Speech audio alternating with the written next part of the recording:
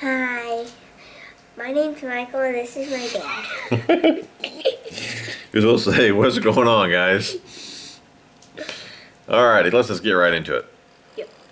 Alright, this is the Q&A from my video, Top Baits 2016. If you guys haven't seen that video, definitely check it out. You guys left some comments on that video, and we're going to answer those really fast. Alright, first up, Zach Bryant. Why don't you fish big swim baits or glide baits? Now, I really don't know anything about swim bait fishing. I've never got into that. But something that I've read, and I think I kind of believe, is it's more of a clear water deal. You know, more of a visual type deal. And with fishing muddy water, I don't have any confidence at all in swim baits. So, you know, that's why I haven't fished any. I mean, I could be totally wrong. It's just, I don't have any confidence in them anyway. So, that's why I don't fish them. But, I mean, eventually I plan to get into that deal. But just haven't done it yet. Alright, next up, Cabin Outdoors. Would you ever start to explore more than just bass fishing or bass fishing tackle? And what do you think about ice fishing? Ice fishing, no, it's not for me. I like to cast. There's no way I could just sit there all day and jig in a hole and all that. I can do that. And other species besides bass, I mean, we crappie fish from time to time, me and Mike and my other son Vinny. If I could fish for something else, though, it'd probably be muskie. I think that'd be fun. I think there's a lake a couple hours from me that that has muskie in it, so maybe one day I'd fish for muskie. Trick stick. What's your daytime job? I wash trucks for a living. Been doing that for, I don't know, 22 years, something like that. I started when I was 13. My dad owns the business. Okay, let's see here. Cody Story. What's your most memorable fishing experience trip? That's a tough one. My PB on the lake that I fished the most, that was a good one. We've had some pretty good memories out there. That one day I was with him, we were crappie fishing. What'd you catch out there? How many? 33. 33 fish. It was almost like cast after cast. I mean, he'll never let me forget that. That was a pretty good experience there. One time we were crappie fishing, like 4-pound line, and we caught like I don't know if it was a 3 or 4 pound bass. It was a good bass. I'll go ahead and put a picture up now. But that was a fun day as well. But hard to name just one. Alright, let's see here. Ginger Bassin, do you like your Tracker boat? How well would you say it handles rough water, stability wise? Be honest, it's the only boat that I've ever had. And I mean, I think it handles rough water well, but since I can't really compare it to anything, it may suck. I really don't know. I mean, I think it handles it pretty well though. But I do love my boat. I have no issues with that at all. Okay, Mr. Mason J, TackleJunky 81. When should you peg a weight and when should you not, and why? What is your favorite punching setup, rod, reel, line, etc.? Okay, I'd rather not punch. Or I'd rather not peg. And reason being is I don't want that weight in the fish's mouth. You know, with it pegged, it's right by the bait. There's a better chance of them inhaling that weight as well. And when you set the hook, if you're using a big enough weight, you could blow their mouth open and lose the fish, especially if you're using like an extra wide gap hook. That's why I really don't like to peg. But if you're fishing like a mat, if you're punching, you know, a grass mat or something like that, or maybe just punching into grass, or even like thicker brush, if you don't peg, when you're going through that grass mat, the weight will fall through, but your plastic will still stay on top. So you need to peg it so the weight can pull it through. So in some situations you have to peg. Like I said, I prefer not to. You know, if I can get away with it, I won't. Of course, if I have to peg, I will. But as far as favorite punching setup, I'm saying I pitch mine. I do a whole lot of. I don't have a whole lot of mats and all that kind of stuff on my lake. Some thicker grass and things like that. But I'm going to say like a 7. I tend to lead towards shorter rods as well. I kind of like a 7-footer, but I'll go up to like a 7.4 heavy, fast action rod, and you know, any 7.3 reel will do. You can even use an 8.1, 8-speed, you know, 9-speed, whatever. You know, a lot of guys like those higher speed reels, but I'm pretty comfortable with a 7 or 8. Line, let's see here. If I'm fishing brush piles, I don't like braid. When braid wraps around wood and you go to pull on it, it just digs into the wood, it's a pain in the butt. You got to go in and get it. You know, grass, I don't mind braid, but if I'm pitching wood or, like I said, brush, anything like that, I prefer fluorocarbon. I think I answered all your questions there. Danny K, any plans to get a kayak in the future? We talk about it. We might. We go down to Branson every year. We rent kayaks down there and go on like a little 4 to 8 hour. What is it? 8 hour, babe? 4 hours? What's that? It's an all day. It's about 8 hours. Like an 8 hour little kayak trip down to Branson on Lake Taneycomo. It's fun. So we may eventually get kayaks. Dickie Hoskins, what's up, brother? My question for you is, what's your favorite go-to topwater bait? I'm gonna say rage toad. I probably caught the most fish on topwater with the rage toad. They actually they recommend a 4-aught hook for that bait. I like a 6-aught, and I use it's a Owner Twist Lock XXX strong hook. Love that hook for that bait. It will roll if you don't get it straight, so rig it straight and you should be all right. Oh, he's got another question here. What is one combo you have to always have in your boat, meaning rod, reel, setup? And your favorite time of the year to fish. Favorite time of the year to fish going to be spring or summer. I prefer to fish in the heat. I love, you know, those 90, 100 degree days. I love fishing in those days, or during those days. And what else did you ask, Dickie? One rod and reel I always have with me.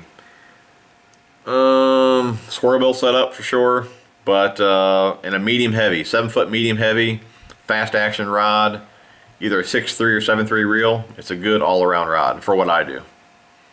And like I said, crankbait rod, 5.4, 6.3 reel, and I'm good to go.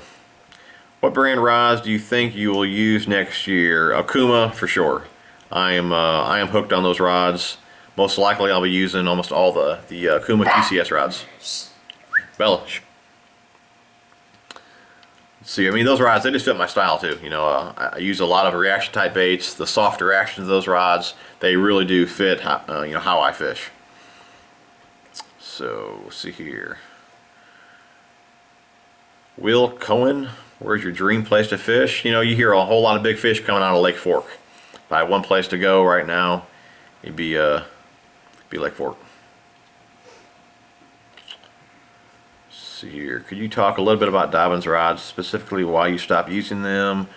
Also, a short review of the Fury and how it compares to the Okuma TCS. Have you thought about trying Daiwa rods like the Tatula, which is a similar price range to the Okuma? Thanks, man. Love your videos. Nathan Silverberg. That's from him.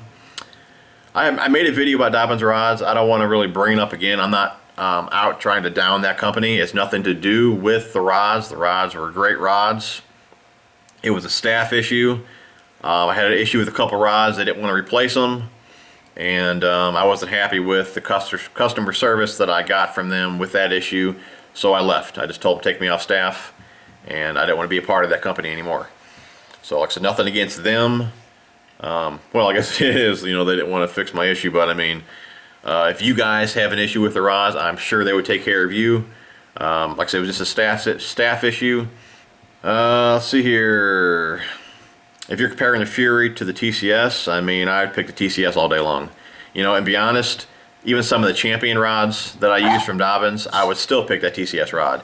It's half the price, but it performs. I mean, TCS is a heck of a rod. So, and I'm not trying to find another rod company just because just because I was that unhappy with Dobbins customer service. I can still use those rods. Just the Okuma rods, they truly fit, you know, how I fish. And after trying those few last season, like I said, I'm that hooked on them, and I will be using those rods next season, I'm sure. The Daiwa rods, I had one in my hand before. I didn't care for it. So just not a fan of how they felt. So I think I answered your question as well. We're 10 minutes here. Let's see here. Have you ever used Storm Arashi Square Bill? Can I do a review on it? I didn't plan on doing a review on it. They got that, what do they call that, line tie deal on there. There's a couple little special features on that bait. I've got quite a few of them snagged out. I think I've already broke off a few of them. And I still got a handful of them left. It's a good square bill. But I mean, I think it goes for, I don't know, 10 or 12 bucks. That's what it's got. It's some type of stays in tune with the line tie. I guess you can't bend it out of place because it moves. But yeah, I snagged up quite a few of them and broke them off. You know, for 10, 12 bucks, whatever they cost, I'd rather use KVD 1.5s. Let's see here. What rod do you use for big swim baits? That was from Will Yantech. I have no clue because, like I said earlier, I haven't got into the swim bait game yet. Brad Boswell, what is the best all-around jig size?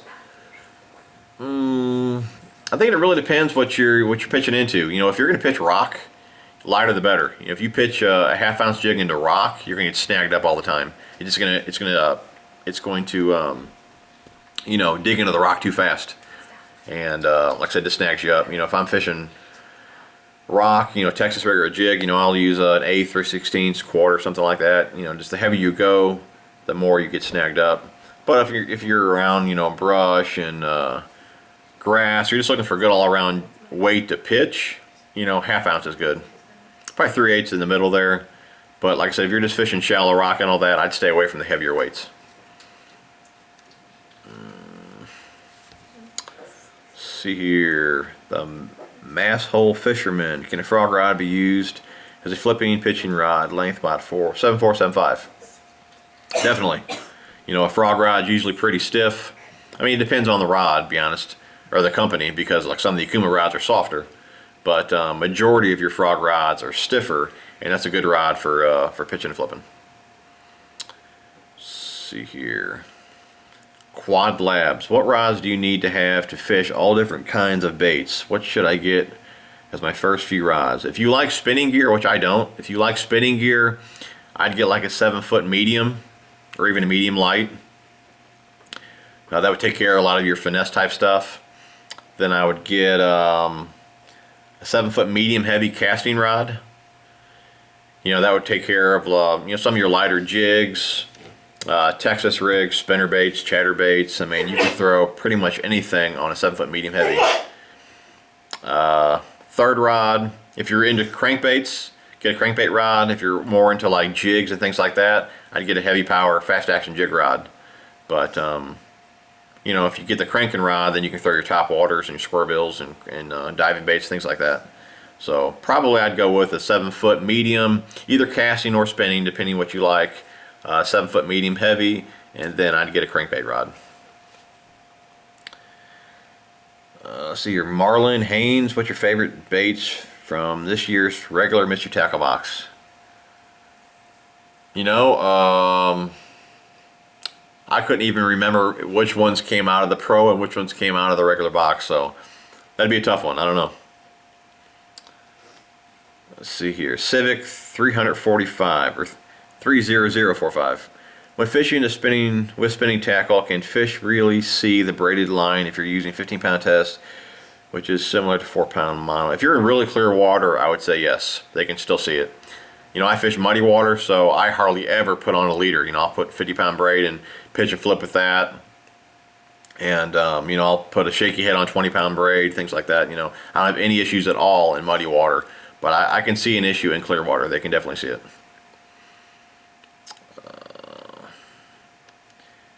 Dwayne 2105. I got a nice 7-foot medium heavy fast number 8 rod and wonder what you would use it for. Keep up the good work. You know, 7-foot medium heavy, like I said, it's a good all-around rod. Stay within the specs. 7-foot medium heavy is probably rated 3/4 to or 1/4 to 3/4. So it's not going to load up really well if you put an 1/8 on there, and you don't want to overload the tip with like an ounce. So stay within the specs. But I mean, it's a good all-around rod for, like, you know, spinner baits, chatter baits, Texas rigs, jigs, flukes. You know, you can use it for many different things. Let's see here. Kentucky 65. My question, and I truly hope you answer this one. Snag-proof frog has an inside bladder, so they never sink, or you don't have to squeeze them. Is there another type frog out there like the snag-proof? You know, I don't have a whole lot of experience with other frogs. I like the I like the coppers. I use that a lot. I use the Spro frogs. I use the KVD ones. Didn't care for those too much. I don't even know if I've even used a snag proof. Who would probably know is Kevin Bulletin. You know, he reviews a ton of different baits, hard baits. I know he's reviewed a lot of frogs. He would be the guy to ask. So definitely check out Kevin Bolton's channel. And if anybody's going to know, it's going to be him. The River to Sea, I like those ones. But I can't think of any other ones that you're talking about. Like that snag proof there. So anyways, Greg, thanks for the comment. Oh, he also says here, where's the best, cheapest place to get products building spinnerbaits? Be honest, I really don't know, bud. I don't really, you know, I put different blades and things like that on there. I just get those at Tackle Warehouse. So, not only for sure where that would be at. Jig Master, do you like jig fishing? Of course I do. I don't do it a ton, but I like tossing a jig. Go-to colors, black and blue, crawdad brown, Missouri craw, things like that.